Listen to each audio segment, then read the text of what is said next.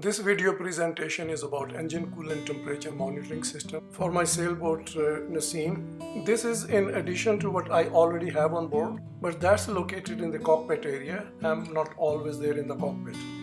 This is my secondary backup system. I'm going to install it in the saloon area where I can keep an eye on the green light. That means everything is good, and the temperature gauge telling me the current temperature, and if the temperature goes above a certain threshold, then the red flashing strobe light will come on, green will go off, and at a glance on the gauge I will know exactly what coolant temperature it is, and then I can take the appropriate measures. So let's see what components I have used for Naseem's engine coolant temperature monitoring automation system. This one is a non-electric mechanical thermal switch which is normally open and it closes its contacts when it's very hot. And the small probe is the temperature sensor for the gauge. Normally the green light stays on. As soon as the temperature crosses certain threshold, the red flashing strobe light comes on, the buzzer alarm starts sounding, and the green goes off. Gauge is directly powered, it does not go through the relay, and it gets its temperature reading from the smaller sensor. And the system is powered by 12 volt DC house battery system. So let's start wiring. All the ground go to a negative bus bar. From 12 volt DC I have 3 amp switch to protect certain other loads because this connection goes to a switchboard for this particular system. From switch number 5 I have 1 amp fuse. The very first connection I made it to the gauge. Next important component is this relay which has 5 pins. Essentially it has 2 independent circuits inside. Pin 86 and 85 are the relay coil circuit, which is energized through a low amperage sensor signal. Depending on the state of the coil, the 2 mutually exclusive load circuits switch on and off.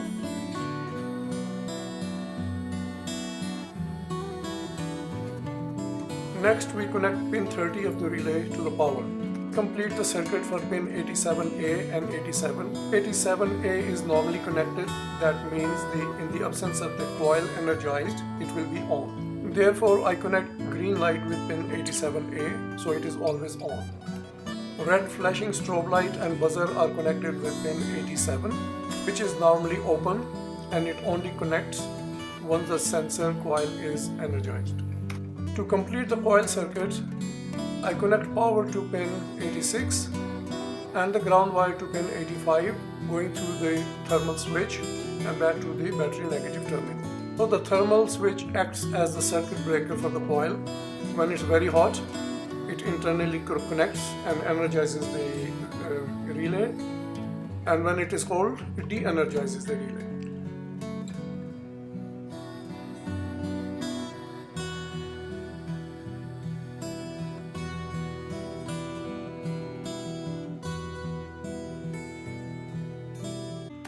So this one is my engine coolant monitoring system, temperature. So I've assembled all the components, try to do a little bit better job this time. When the temperature is in good, the green light shows. Temperature exceeds certain threshold, red light, the buzzer comes off. So the buzzer and light made in 1 minute. This one is my temperature gauge with 3 outlets, power, black and white, and a signal from the temperature sender. Part of the system, a relay, simple car relay. So this dude is actually a thermal switch, and that's where the probe is. So it goes in line with the engine's coolant outlet, right near the head, when the big pipe is coming out from the engine coolant, which is very, very hot. So I connect it here and this side, and that will basically, if the temperature goes above a certain threshold, like 80, 90, about 90 degrees, so it connects, and this becomes short circuit. So basically it's just a circuit breaker. And then what is this? This is my actually temperature measurement device. I just need to tighten it. So this one also goes right next to it. So I connect it, and the engine coolant comes in, passes through here, and then the engine coolant goes here, temperature center, goes back to the engine, make a loop, and this is the system. And this is my rocker switch and the battery. So I'm going to connect them all together and then test. So all parts are assembled. My green light going to ground, the red light going to ground, and temperature gauge is ground. These are the 1, 2, 3 monitoring system, and they are the senders. Relay to control everything. Everything is in my that PowerPoint visual diagram. That's going to serve as my engine. So I'm going to dip the probes inside the kettle. So that's a temperature sender. That's the engine shutdown, not shutdown, sorry. The engine overheat warning. Temperature probe is inside, and the overheat warning system. Let's see. Okay, and everything is set up as this switch. As soon as I turn the switch on, system comes on. So this is, I've just powered my monitoring system. That means temperature is normal, green light. Temperature is not much. Let's start the engine. Oops. Kettle on, and we just watch. Kettle is just simmering a little bit.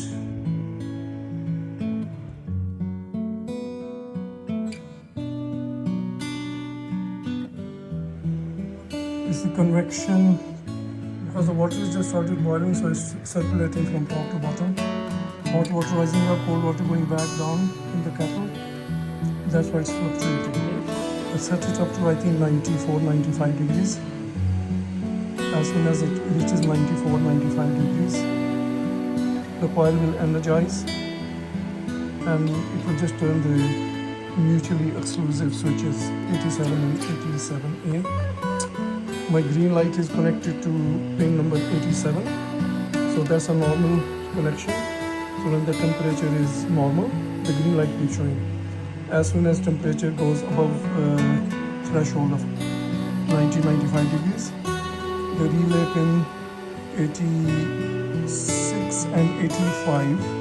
85 is the negative. 85 is going through the switch inside. The thermal switch will close, contact on the negative, coil will re-energize. So let's see.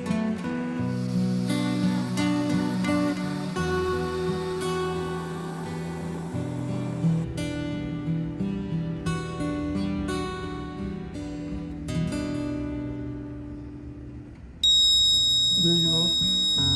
The triggers at 95 degrees Celsius. Just quickly go and turn the kettle off.